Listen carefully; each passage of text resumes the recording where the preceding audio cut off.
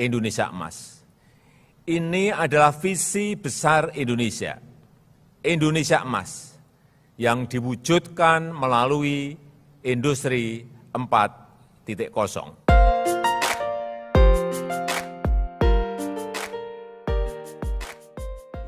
Yang pertama, sumber daya manusia Indonesia yang kecerdasannya mengungguli bangsa-bangsa lain di dunia.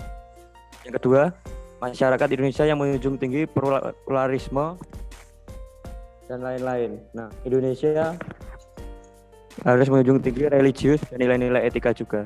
Terus yang ketiga, Indonesia menjadi pusat pendidikan, teknologi, dan peradaban dunia. Yang keempat, masyarakat dan aparatur pemerintah yang bebas dari korupsi. Ini yang paling penting. Terbangunnya infrastruktur yang merata di seluruh Indonesia, jadi tidak ada ketimpangan di Indonesia Barat, Tengah maupun Timur.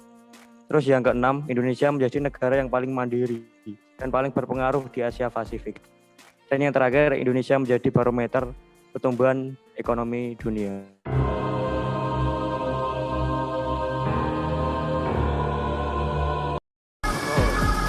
Dari perjalanan dinas uang ini dimasukkan ke dalam 7 buah koper.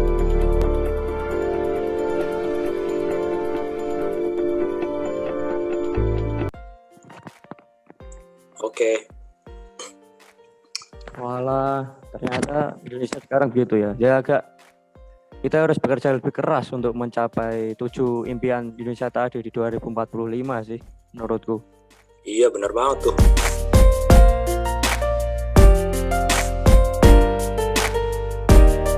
Untuk mencapai impian nanti di 2045 itu kita harus bekerja lebih keras lagi karena itu ada tantangan-tantangan yang tidak terduga seperti COVID ini.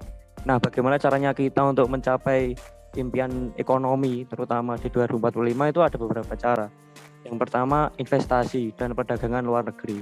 Nah, investasi ini sudah digencarkan sekarang. Terus perdagangan luar negeri, kita lebih memperbanyak ekspor kita dan kita lebih menggunakan produk-produk dalam negeri. Contohnya sekarang saya nih di Atambua itu di Bea Cukai Atambua itu kita lebih banyak mengekspor ke Timor Leste daripada impornya. Itu salah satunya.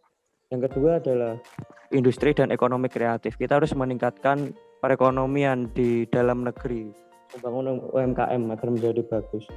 Terus selanjutnya pariwisata. Ini dia yang paling bisa menambah devisa di Indonesia, terutama di Bali, terus Lombok dan lain-lain.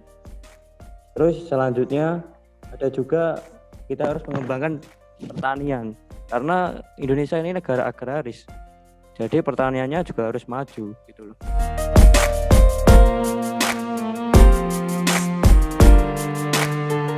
Pertama itu ada memperbaiki struktur anggaran APBN agar setiap alokasi di bidang kesehatan tepat sasaran. Kemudian yang kedua, itu harus melakukan sosialisasi, yaitu pemerintah harus melakukan sosialisasi secara bertahap dan terus-menerus kepada masyarakat, agar kesadaran masyarakat itu tetap terjaga, agar bisa paham terkait dengan pentingnya kesehatan. Kemudian yang ketiga itu adalah meningkatkan hubungan kerjasama dengan negara lain di bidang kesehatan.